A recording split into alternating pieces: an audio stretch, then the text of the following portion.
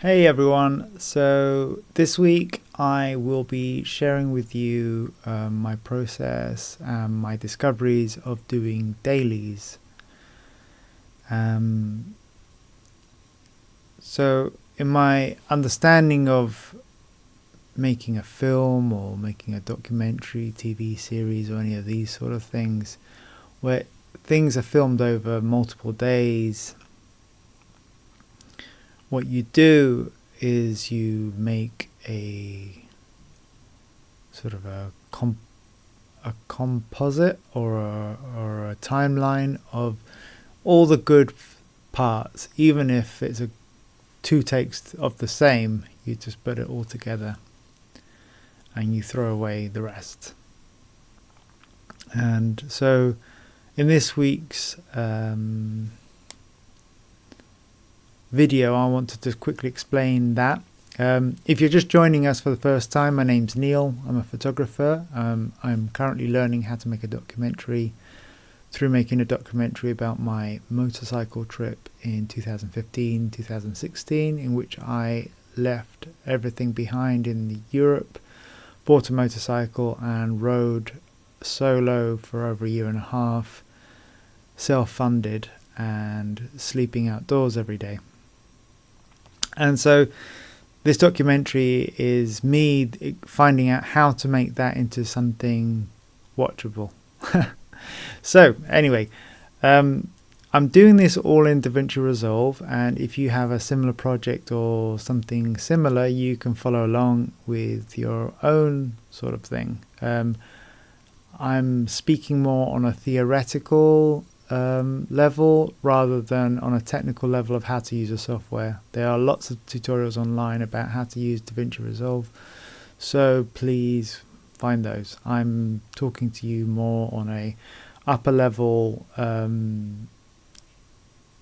way of dealing with large amounts of data and how to find stories in your footage. So today I'm looking at a piece of footage shot. Let me share screen with you. That may make more sense. So here I am in the I'm in the clip tab. Is it the media? Sorry, the media manager. Here at the bottom left, and I'm looking at a piece of footage. Let me just show you. That doesn't work. Desktop bottom. Okay, well that's not quite what I'm looking for. Apologies. So I've been playing around with OBS and I've sort of made a mess of all the scenes.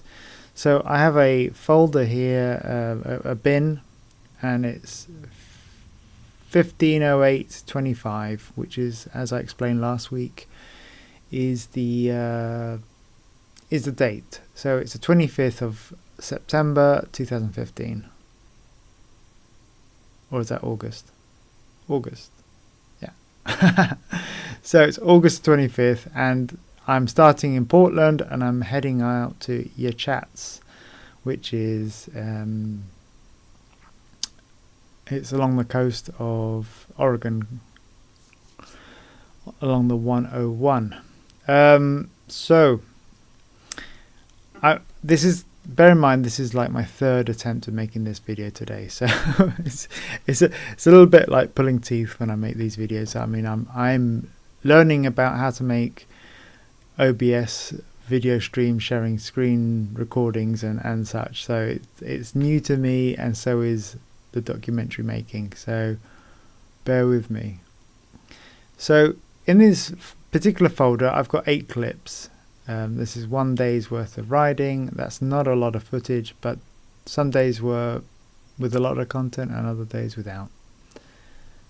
When it builds up to over a year and a half, then that becomes a lot of footage. So I'm grateful that there's only 8 clips from this particular day. Okay, so in this particular clip, I should try and get it muted.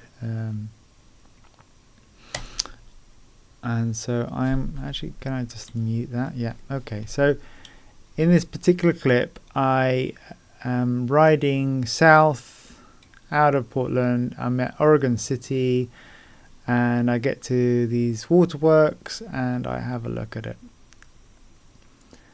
However,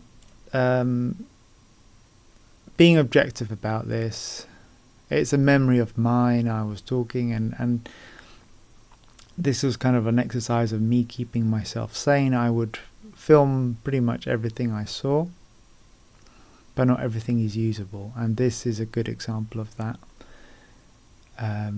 So as I will tell you, and I'll keep adding more to my metadata, which is here on the right. If you're following along in your own project, I would highly recommend that you use the metadata and help yourself out by writing down what you see in the footage and whether it's a good take, whether it's so it's a daytime shot. I can say it's outdoors, urban. Okay, so I've got that. None of the take, shot, scene stuff applies. I can say that this is wide because it's on a GoPro, and I've already added that it was a GoPro at another time. And the point being is that this is all searchable at another point. However, as I've mentioned before, this clip is really not likely to be used. Certainly not for what I'm saying here. And given that it's quite shaky, it's really not really worth anything to me, sadly. However, if I go to this time lapse I made here, it's a static shot, so I can say it is a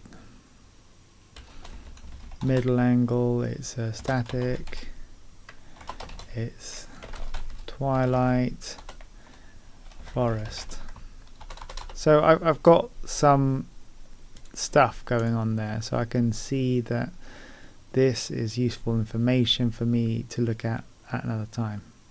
I've also stated that it's a good take, and I shot this on a Panasonic FZ1000. And moving on. Okay, so this next clip. So as I've been saying before, I'm learning a lot of these things, so don't assume that I'm teaching you how to do this. I'm learning by doing and sharing my observations as I learn. So keep that in mind. So let's go back here. So in this particular footage, I am doing yoga. You can laugh if you like. I'm not doing this to be a poser. I don't share this stuff on Instagram saying how enriched I am and how mindful I am. That's nonsense. I'm literally doing this because I'm sat on a bike all day and I get really tight from just sitting in a static position. So I did yoga, not as much as I should have, but I did a fair amount. So I need to be sitting here so I'm centered in the circle. Anyway, so keeping that in mind, so this is where I made a discovery this session. I realized, okay, I realized when I was making this, putting this together, that I didn't need me walking away from the camera to plop down on the ground. So I put an in point here, and I just was stretching out. FYI, if you do ride a motorcycle for long amounts of time, you get really tight, and you know, from the posture that you hold, your chest gets really tight because you've got your shoulders rolled forwards. You know, it's really good to open out your chest. It's good to relax your neck because you've got your neck sort of fighting the wind, and similarly your legs are clamping in on the fuel tank So it's good to kind of counter stretch all of that out and allow your body to recover from the hours you've spent clinging onto the bike. Okay, so as I was saying, I've got this footage of me doing that. And so I put an in and out point. But later I did another clip. And in this clip I'm doing some cat-cow, I do some downward dog and some baby pose. And then I walk away. And similarly I did an in and an out. But you might be asking me, why have I got a marker up here? Well, this is what I discovered. In this particular clip here, it's a lot of jibber jabber. I'm talking and talking and talking. However, the start of the video, I say some good stuff. I'm umming and ahhing in this part, and then in this part I'm explaining what I'm doing traveling wise. So it's kind of good to have, I don't need that middle point here in the middle. This is kind of useless to me. So I realized after doing the in and out points in the other videos that actually markers work better for identifying where the important parts of the footage are. And so after doing the in and outs on the yoga, I realized actually I needed to use markers, because here I'm having another little chat about something I'm doing, talking about going to the Oregon coastline and blah blah blah. And so likewise here in another better clip, I do the same. I'm talking about where I'm heading, and then in this part I'm talking about having got lunch and filling up my water bottles for camping. Arbitrary, but it's kind of there. And to be honest, I didn't listen to all of this. I did a lot of jibber jabber. I mean, I talked for hours on end, and yeah, I got to kind of go through all of this. And so with that in mind, I've got markers. Okay, and so in these footages, I'm really scatterbrained today, so apologies for that. In these clips, I'm putting what's a good take, and this particular clip, I didn't say it was a good take, and similar with this one where I'm at the waterworks. What I discovered with this clip was I actually already broadcasted this back at the time. It was a rolling update, and I was telling everyone of my audience that what to expect in the near future, and that I wasn't enjoying what I was doing, and blah blah blah, and please unsubscribe. It was a quite dark day that day, and I just wrote this. I uploaded this video, and I'm just talking the whole way about how miserable I am. There is nothing in this video that I need. So that's that done. Okay, let's do some real work. Okay, so let's go into the edit pane, and what I will quickly tell you. So in the master bin of the project I have one folder called footage. I don't know why I need to be a little bit further off to the left than I want to be. I have this folder called footage, and in here I've got a folder for every day that I filmed.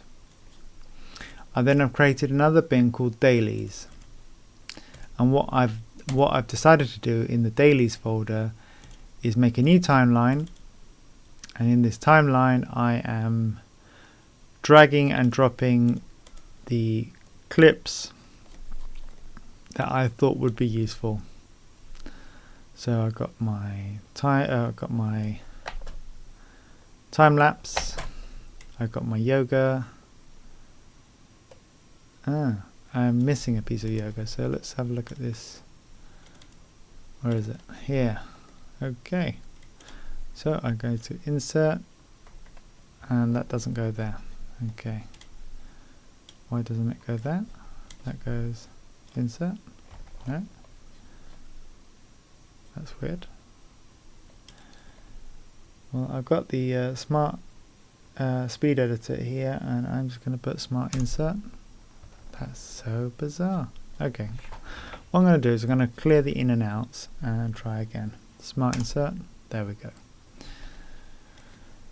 So now what we have is me doing my chest, leg opener, doing some cat cows and downward dogs, and then this clip. And now what I've realized is actually these don't belong here. So what do? I'm gonna cut. No.